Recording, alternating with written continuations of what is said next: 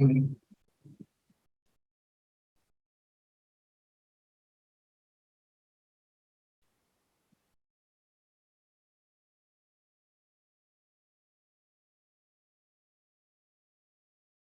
my dear students, as you know that last time we had started with the reactivity series. We had done the reactions of the reactivity series with the metals, with water, and then we had done its reaction with the acids. And then I've told you that metals, they do not exist individually in the earth crust. They are always present in the form of their ores. Compound की form में present होती हैं और इनके जो compounds हैं अर्थ crust में, वालेकुम अस्सलाम, अर्थ क्रस्ट में they are oxides, hydroxides, carbonates and nitrates. और अगर ये मेटल्स जो हैं वो ऑक्साइड, हाइड्रोक्साइड, कार्बोनेट्स या नाइट्रेट्स के साथ जुड़ी होती हैं तो हम इनको कैसे सेपरेट कर सकते हैं? तो कल मैंने आप लोगों को बताया था the extraction of metal from their oxides. If the metals they are attached with the oxygen with the oxide and you want to separate the metal from the oxide, तो पहली जो 5 मेटल्स थी पोटेशियम, सोडियम, कैल्शियम, मैग्नीशियम और aluminium, उसके लिए हम लोग कौन सा तरीका इस्तेमाल करते थे? Electrolysis of its molten oxide. और उसके बाद एल्यूमिनियम से जो नीचे मेटल्स थी जिंक से लेके कॉपर तक, उनके लिए केमिकल रिडक्शन यानी can be reduced by a strong reducing agent like carbonate, carbon monoxide. और आखिरी 2 मेटल्स के अगर ऑक्साइड्स होंगे तो उनको हीट करते थे तो ऑक्सीजन एयर में चली जाती थी और मेटल अकेली बच जाती थी। Today we are going to start with the extraction of metals from their hydroxides. Okay, so let's write down the reactivity series: potassium, sodium, calcium, magnesium, aluminium, zinc, iron, lead, hydrogen, copper, mercury, and the last one that is silver. So now we are going to make a hydroxide. Hydroxide OH की valency -1 होती है, lead की +1, sodium की +1, calcium की +2, +2, +3, +2, +2, +2, +1, +2। ये इनकी valency मैंने आपको कहा था कि आप लोग लर्न कर लें ताकि आप लोगों को फॉर्मूला बनाने आसान होते हैं। Okay, so firstly my dear, we are going to join potassium with the hydroxides with the formula that would be KOH। Sodium का हाइड्रोक्साइड के साथ फॉर्मूला बनता है कि NaOH। कैल्शियम का हाइड्रोक्साइड के साथ फॉर्मूला बनता है CaOH ट्वाइस। मैग्नीशियम का हाइड्रोक्साइड के साथ फॉर्मूला बनता है MgOH ट्वाइस। उसके बाद एल्यूमिनियम का हाइड्रोक्साइड के साथ फॉर्मूला बनता है AlOH थ्राइस। जिंक का हाइड्रोक्साइड के साथ फॉर्मूला बनता है zinc hydroxide, this one. Iron का हाइड्रोक्साइड के साथ बनेगा FeOH ट्वाइस, इसका PbOH ट्वाइस। हाइड्रोजन का मैंने आपको बताया था कि it's not a metal, it's actually a non metal but it behaves like metal, इसलिए इसको हमने रिएक्टिविटी सीरीज में सिर्फ लिखा होता है लेकिन इसका कोई फॉर्मूला नहीं बनाते। कॉपर का हाइड्रोक्साइड के साथ फॉर्मूला बनता है CuOH ट्वाइस। ये मर्क्यूरी और जो सिल्वर होते हैं नेचर में इनके हाइड्रोक्साइड्स जो है वो आपको मिलते ही नहीं, तो इनका फॉर्मूला बनाने की जरूरत ही नहीं है, ये अनस्टेबल हाइड्रोक्साइड्स बनाते हैं। Okay my dear everybody just listen, इसको गौर से देखिएगा। If you want to separate the metal from their hydroxide, तो ये जो पहली 2 मेटल्स होती हैं potassium and sodium, if you get their hydroxides from the earth crust, आपको जमीन से पोटेशियम और सोडियम जो है ये हाइड्रोक्साइड के साथ अटैच होकर मिलती हैं and you want to separate them, तो please remember my dear student कि इनकी जो एफिलिएशन होती है पोटेशियम और सोडियम की हाइड्रोक्साइड के साथ वो बहुत स्ट्रॉन्ग एफिलिएशन है, इनको आप कभी भी सेपरेट कर ही नहीं सकते। दुनिया की कोई ताकत भी पोटेशियम और सोडियम को हाइड्रोक्साइड से जुदा नहीं कर सकती, अलग नहीं कर सकती। So they have got stable hydroxides and metal cannot be extracted from them. ठीक है जी, इसको लिख दें. They have got stable hydroxides on heating, so metal cannot be extracted from them. यानी अगर आपको जमीन से पोटेशियम और सोडियम हाइड्रोक्साइड मिल जाते हैं मेरे बच्चों, और आप लोग पोटेशियम और सोडियम को हाइड्रोक्साइड से सेपरेट करना चाहते हो, तो there is no method to separate these things. ठीक है जी. उसके बाद नेक्स्ट आ गई कैल्शियम से लेके और कॉपर तक. ये वाली जो मेटल्स होती हैं मेरे बच्चों, इनको जब हम लोग हीट करते हैं तो ये हीट करने में डीकंपोज हो जाती हैं, टूट जाते हैं. ये कोई चीज हीट करने में डीकंपोज हो जाए तो उसके लिए वर्ड हम यूज करते हैं थर्मल डीकंपोजिशन. थर्मल का मतलब हीट होता है और डीकंपोजिशन का मतलब कि टूट जाना.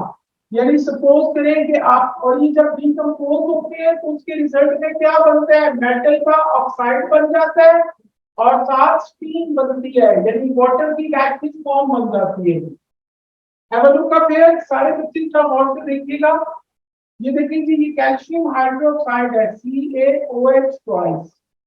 अगर मैं इसको हीट करता हूं, ठीक है जी, तो इसको हीट करने पे क्या होगा, मेटल ऑक्साइड बन जाएगा, मेटल के साथ ऑक्सीजन लग जाएगी तो कैल्शियम ऑक्साइड बन जाएगा और स्टीम यानी वाटर की गैसियस फॉर्म जो है वो हवा में चली जाएगी. तो आप लोग देखिए कि अभी तक मेटल नहीं निकली, हम लोग इसको हीट कर रहे थे ताकि इसको मेल्ट कर सके, लेकिन ये हीट करने में टूट जाता है, ब्रेक डाउन हो जाता है, डीकंपोज हो जाता है, डीकंपोज होके मेटल ऑक्साइड और स्टीम बन जाती है. अब ये मेटल ऑक्साइड बन गया है तो इसको जो मैंने पहले वाला तरीका बताया था, पहली 5 मेटल्स के जो ऑक्साइड हैं उनको ऑक्सीजन से पैदा करने के लिए हम लोग क्या करते थे, electrolysis of its molten oxide बनाने का इस्तेमाल करते थे. तो कैल्शियम को ऑक्सीजन से सेपरेट करने के लिए जो कल मैंने तरीका बताया था, ये पहली 5 मेटल में आ रहा है, पोटेशियम, सोडियम, कैल्शियम, एल्यूमिनियम, जहां तक पहली 5 मेटल हैं. तो इनके साथ अगर ऑक्सीजन लगाओ and you want to separate the oxygen from metal, so you use the method which is called as the electrolysis of its molten oxide. Did you get it? अगली चीज पे आ गई. लेट्स सपोज आपके पास क्या है, तो zinc hydroxide है. If you are going to heat it, my dear, it will decompose. ये भी डिकम्पोज होकर मेटल ऑक्साइड बना देगा, जिंक ऑक्साइड, और साथ क्या बन जाएगी, स्टीम यानी वाटर की गैसियस फॉर्म. अब जिंक के साथ ऑक्सीजन लगा हुआ है तो पहली 5 मेटल्स के लिए तो इलेक्ट्रोलिसिस था जब ऑक्सीजन से जुड़ी हुई थी. तो एल्यूमिनियम से नीचे वाली मेटल, जिंक से लेकर कॉपर वाली चीजों के लिए हम लोगों ने कौन सा मेथड यूज किया था, तो chemical reduction can be used by a strong reducing agent like carbon and carbon monoxide. तो इनको हम लोग कार्बन और कार्बन मोनोऑक्साइड से जो है वो सेपरेट करते हैं. ठीक है.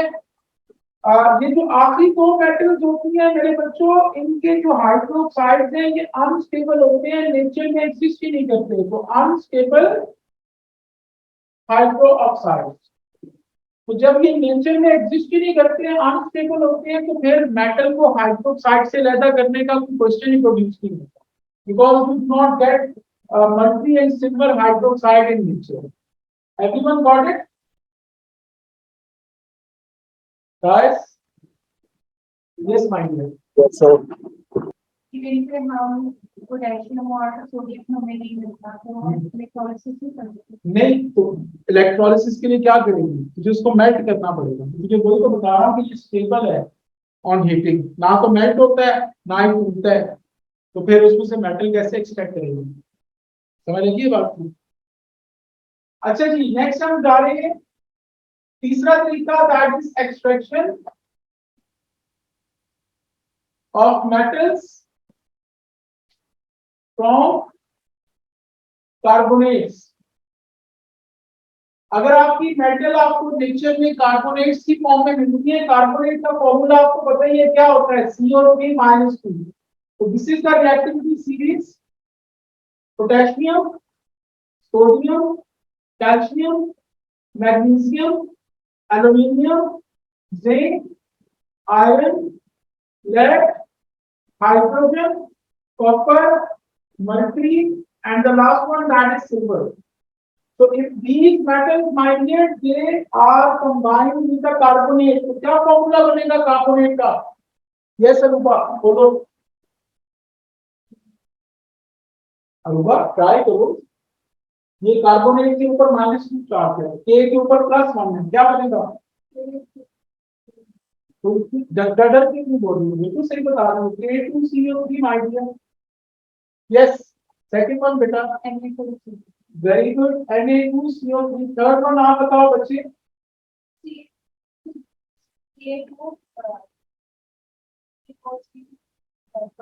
बेटा जब +2 और -2 है तो मेरे बच्चे दोनों चीजें करते हैं, याद आ गई।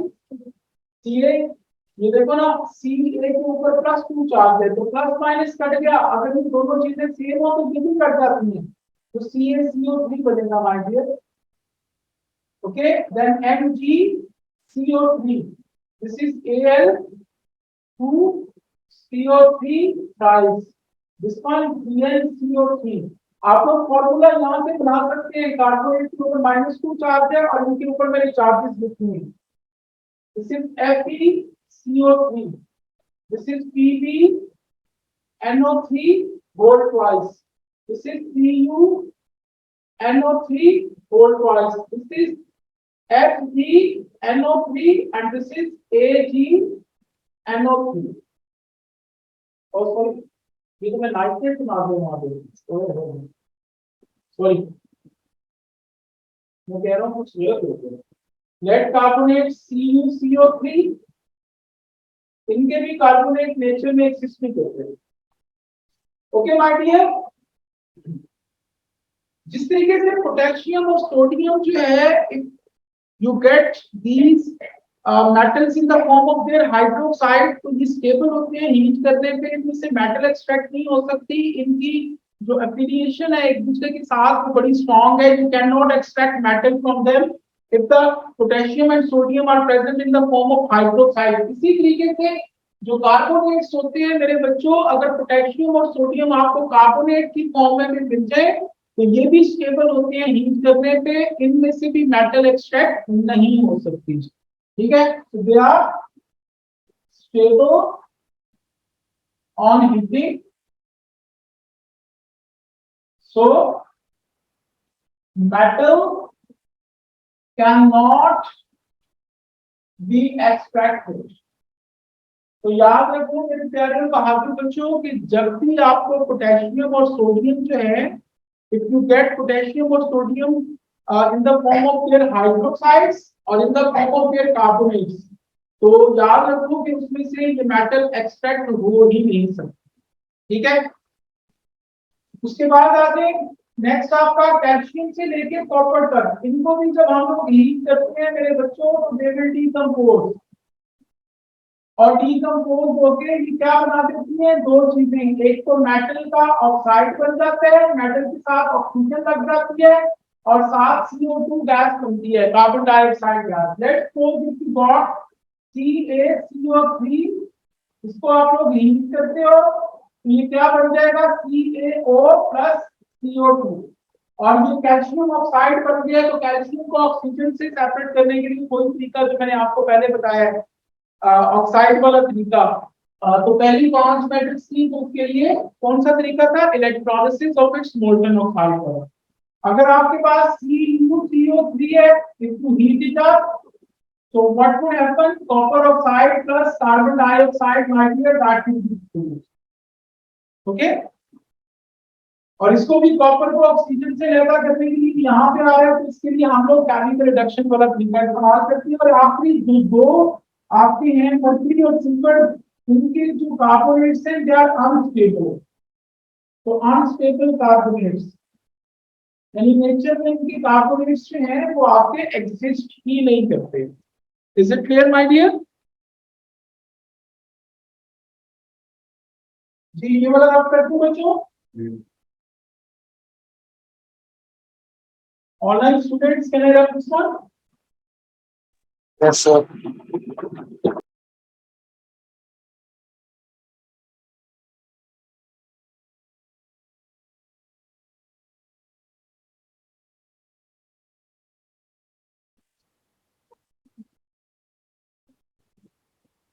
Okay, my dear, the last thing that is for extraction of metals from nitrates. Okay, if the metals they are present in the form of their nitrates, nitrate का formula होता है NO3 minus 1. तो इसका formula इसके साथ बनेगा KNO3. This one is NaNO3. This one CaNO3 whole twice because this one is plus 2, this is minus 1. तो 1 इसके साथ आ जाएगा और ये जो 2 है ये इसके साथ लिखा जाएगा like that. So this one is MgNO3 whole twice. Okay, and this one that is AlNO3 whole thrice. ये देखिए Al की वैलेंसी +3 है, NO3 की -1 है, माइनस और प्लस कट जाता है, 1 इसके साथ और 3 इसके साथ, तो ये दोनों कैपिटल वर्ड है तो ब्रैकेट डाल के 3 लगता है, तो Al NO3 थ्राइस आ जाएगा, तो ये थ्राइस में लिख दिया. Then Zn NO3 whole twice, then FeNO3 whole twice. This is PbNO3 whole twice. This one CuNO3 whole twice. This one HgNO3 and this one AgNO3. ठीक है जी, तो ये हमने सारे नाइट्रेट्स बना दिए मेटल से.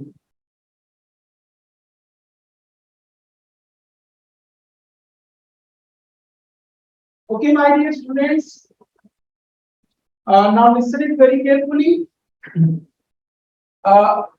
ये जो पहली दो मेटल्स होती हैं पोटेशियम और सोडियम नाइट्रेट, इनको अगर आप लोग हीट करते हैं तो they will decompose,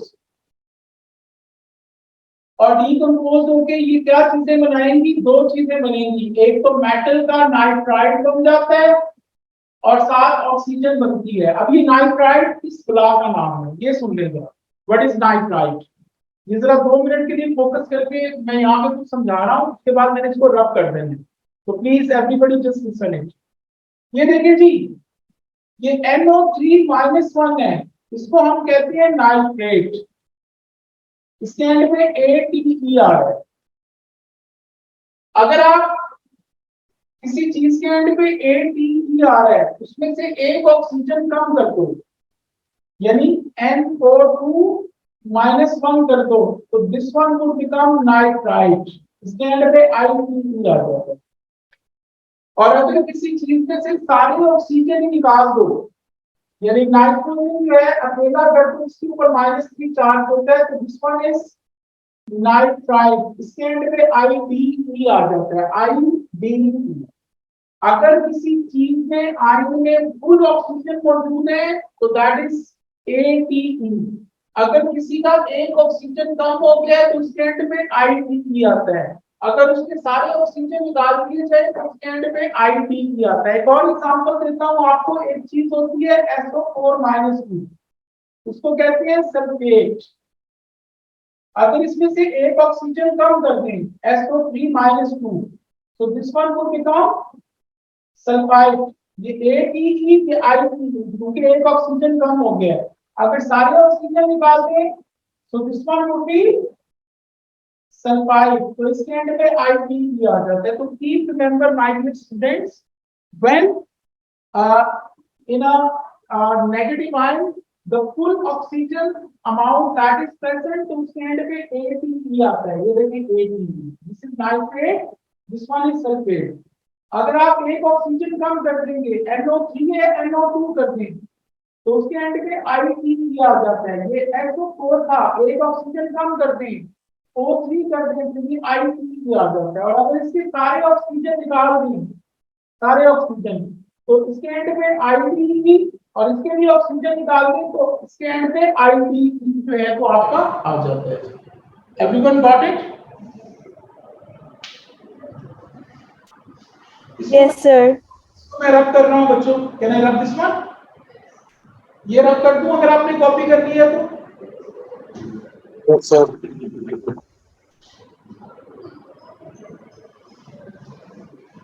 Okay, my dear students, now have a look up here. I'm going to take the potassium nitrate KNO3. If I'm going to heat it up, so what would happen? It will decompose. ये break down हो जाएगा. Break down होके क्या बन जाएगा? Metal nitride. यानी KNO2 बन जाएगा और ऑक्सीजन हवा में मिल जाएगी. तो इसको बैलेंस करने के लिए लिख दो. ये बैलेंस इक्वेशन है.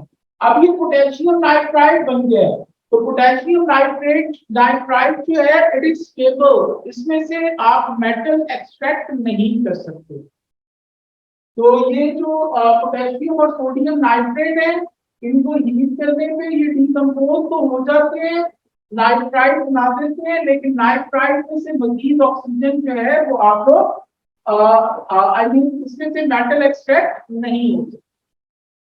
कैल्शियम से लेके और कॉपर तक ये वाली जो चीजें हैं, if you are going to heat them they will decompose, and after decomposition, my dear, they are going to form metal oxide with NO2 and O2. Let's suppose if you take magnesium nitrate MgNO3 whole twice.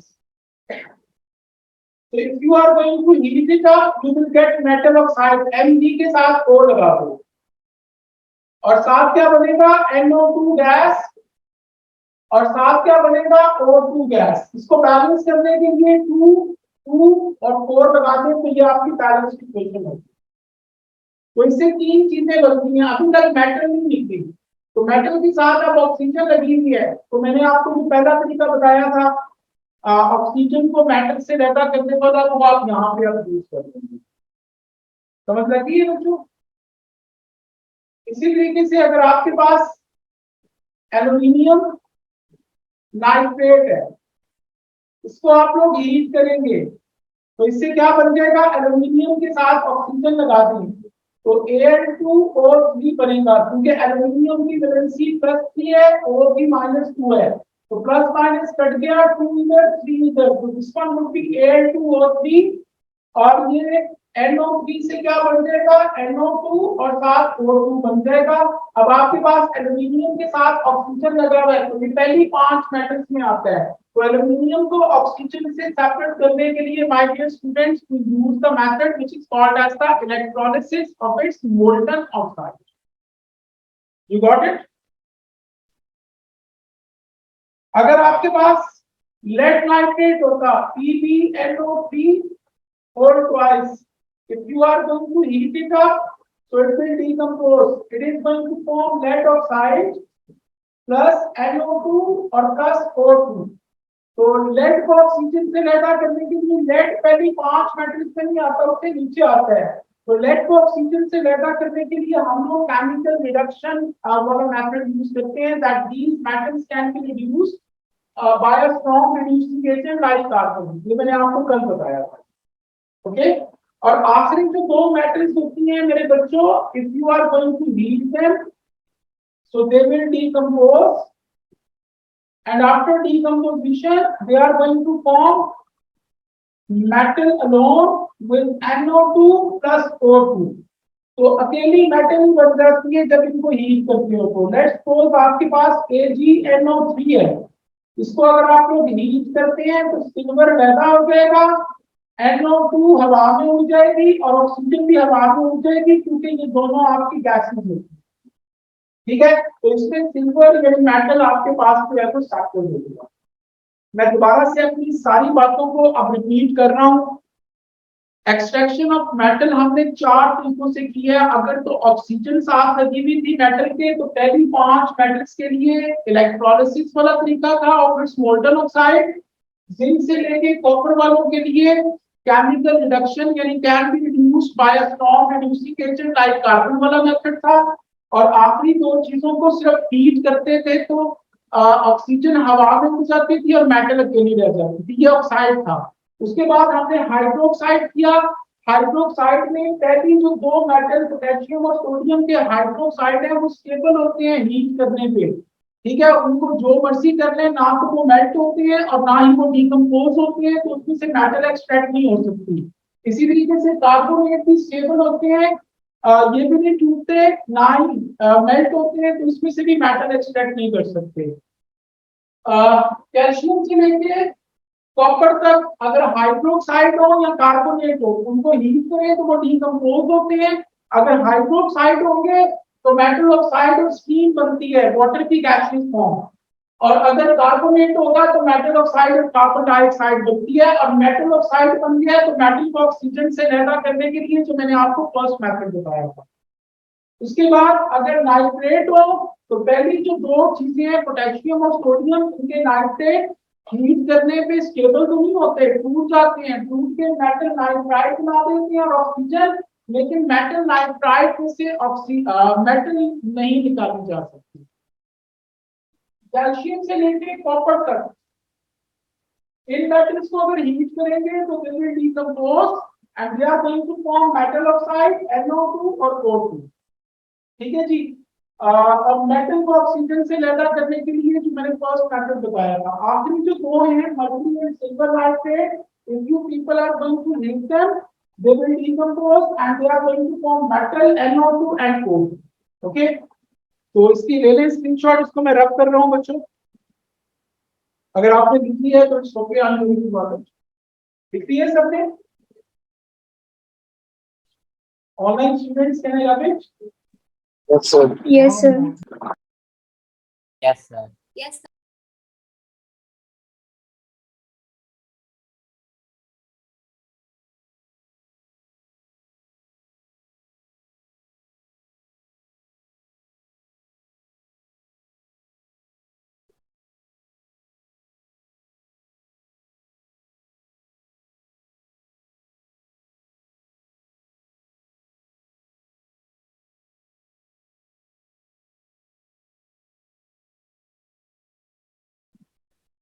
Okay, my dear students, now we are going to start with the displacement,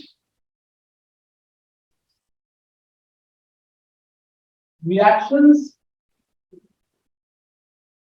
or these are called as the redox reactions. ठीक है जी, displacement और redox reactions में है ये क्या होते हैं? I am going to draw the reactivity series of here potassium, sodium, calcium, magnesium, aluminium, zinc, iron, lead, hydrogen, copper, mercury, and the last one that is silver. I have told you इसमें जो metals हैं ऊपर वाली metal they are more reactive, ये ज्यादा reactive है। As you move down the reactivity decreases, तो नीचे वाली मेटल जो है वो लेस रिएक्टिव होती है, तो हर ऊपर वाले मेटल जो है it will be more reactive, as you move down the reactivity that is going to decrease, तो नीचे वाले मेटल्स जो है वो लेस रिएक्टिव होती जाती है। अब यहाँ पे मैं आप लोगों को एक बड़ी इंटरेस्टिंग चीज बता रहा हूँ, एवरीबॉडी जस्ट लिसन, पहले सुन लीजिए, एक एग्जांपल के साथ मैं आप लोगों को समझा रहा हूँ। लेट्स सपोज आप सपोज करें कि जनाब ये एक चीज है कॉपर और एक है सल्फेट। ये कॉपर और सल्फेट जनाब बड़े अच्छे दोस्त होते हैं, इकट्ठे रह रहे होते हैं हंसी खुशी, ठीक है। अब यहाँ पे आ जाता है जनाब सपोज करें जिंक, ठीक है। अब जिंक जो है ये अकेली मेटल है, फिर इसके ऊपर 0 चार्ज है, कोई यानी कि अकेली मेटल है। तो देखिए कि ये दोनों इकट्ठे रह रहे थे, कॉपर की प्लेट्स ये है और जिंक कहाँ पे है, ये है। तो zinc is more reactive than copper. याद रखिए अगर कोई चीज कोई मेटल कंपाउंड के अंदर मौजूद है और उस मेटल से ज्यादा रिएक्टिव मेटल जो रिएक्टिविटी सीरीज पे टॉप पे है वो मेटल अगर यहाँ पे आ जाती है तो वो क्या करती है, उससे इनकी दोस्ती देखी नहीं जाती है। वो क्या करती है कि जनाब ये कॉपर को हटा के सल्फेट के साथ खुद दोस्ती बना लेती है, जिंक सल्फेट बन गया और कॉपर बेचारा जो है वो अकेला रह गया, तन्हा रह गया। समझ लगी है? लेकिन ये कब होता है? जब कॉपर से ऊपर वाली कोई भी चीज हो, तब ये हो सकता है। Did you get my point? यानी अगर कैल्शियम है, फोर्स करेंगे कि कॉपर सल्फेट ही है, कैल्शियम है, इस calcium more reactive than copper, calcium ऊपर है, कॉपर नीचे है, तो ये इसको हटा देगा, तो कैल्शियम सल्फेट बन जाएगा और कॉपर अलग हो जाएगा। एक और एग्जांपल देता हूँ, ये कॉपर सल्फेट है, यहाँ पे पोटेशियम ले रहे हैं, potassium, potassium is also more reactive than copper. Potassium के ऊपर चार्ज +1 होता है, ठीक है, और सल्फेट में SO4 -2 होता है, तो इसका फॉर्मूला बन जाएगा K2SO4। इन सब के ऊपर +2 चार्ज था, इन सब के ऊपर +2 था, इसके ऊपर भी +2 था, इसीलिए वो उत्तर बने। तो यहाँ पे K के ऊपर +1 है, इसके ऊपर -2 है, तो K2SO4 बन जाता है और कॉपर बेचारा अकेला हो गया। अगर ये इस तरह होता, कॉपर सल्फेट और सिल्वर होता, तो माय क्वेश्चन फॉर मुर्गा, मुर्गा तो बता, क्या ये रिएक्शन हो सकता है बेटा? नहीं हो सकता। क्यों? क्योंकि सिल्वर इज लेस रिएक्टिव नीचे रिएक्टिविटी सीरीज में, तो it is unable to displace the copper from its compound, तो ये रिएक्शन नहीं होगा। तो याद रखो मेरे प्यारे बच्चों कि हर जो इंडिविजुअल मेटल होती है, if it is more reactive than the metal present in the compound, तो वो उसको उसके कंपाउंड से डिस्प्लेस कर देती है। ऐसे रिएक्शन को हम कहते हैं डिस्प्लेसमेंट रिएक्शन। अब अगली चीज मैंने यहाँ पे लिखी है रिडॉक्स रिएक्शन, इनको रिडॉक्स रिएक्शन भी कहते हैं। कैसे? ये देखें, इसका मैं तरीका आपको बता रहा हूँ। हम लोग इसकी एग्जांपल लेते हैं। आप लोगों ने क्या करना है, the metals which are alone, जो अकेली हैं, तन्हा हैं, उनके ऊपर 0 0 लिख दो, 0 0 लिख दिया। अब जो चीजें कंपाउंड की फॉर्म में मौजूद है, उनकी वैलेंसी उनके ऊपर लिख दो। कॉपर के ऊपर चार्ज +2 है, सल्फेट -2, जिंक +2, सल्फेट -2, ठीक है जी। अब जो सेम चीजें दोनों तरफ मौजूद है, एग्जैक्टली सेम, उनको आप लोग जो है वो कट कर दीजिए। तो ये कॉपर +2 है, इधर कॉपर 0 है, तो ये नहीं कर सकते, ये सेम नहीं है, क्योंकि ये +2 है, ये 0 है। सल्फेट -2 है, इधर भी सल्फेट -2 है, तो ये कट गया, ये बिल्कुल एग्जैक्टली सेम है। जिंक 0 है, इधर जिंक +2 है, तो ये भी सेम नहीं है, ये भी कटेंगे। तो आपकी इक्वेशन क्या बन गई मेरे बच्चों? Cu+2 plus Zn0 is going to form Zn+2 और प्लस कॉपर 0। तो यहां पे देखें, अब यहां पे जो चीज बताने जा रहा हूं गौर से देखिएगा, ये कॉपर +2 से क्या बन रहा है? 0। तो +2 से 0 की तरफ जाएं तो वो काउंटिंग कम होती है, नीचे की तरफ जाती है, डिक्रीज करती है। तो डिक्रीज अगर काउंटिंग में हो तो उसको हम कहते हैं रिडक्शन। क्या कहते हैं? रिडक्शन। और ये देखें, जिंक 0 से +2 हो रहा है, तो 0 से +2 की तरफ काउंटिंग ऊपर की तरफ जाती है, बढ़ती है, तो इसको हम कहते हैं ऑक्सीडेशन रिएक्शन। तो ये रिडक्शन और ऑक्सीडेशन, अगर इनको इकट्ठा ज्वाइन करके हम लोग करें तो इनको हम लोग रिडॉक्स रिएक्शन का नाम देते हैं। तो ये जितने भी रिएक्शन है मेरे प्यारे बच्चों, all these are the redox reaction. इनकी मज़ीद तफसील कल इंशाल्लाह ताला हम लोग आगे जो है वो करेंगे। कल ये चैप्टर फिनिश हो जाएगा और इस फ्राइडे को आपका इसका टेस्ट है, और कल मैं आप लोगों को एक वर्कशीट भी इसकी करवाऊंगा और आपको ग्रुप पे भी भेज दूंगा। ठीक है जी, तो दैट्स इट फॉर टुडे।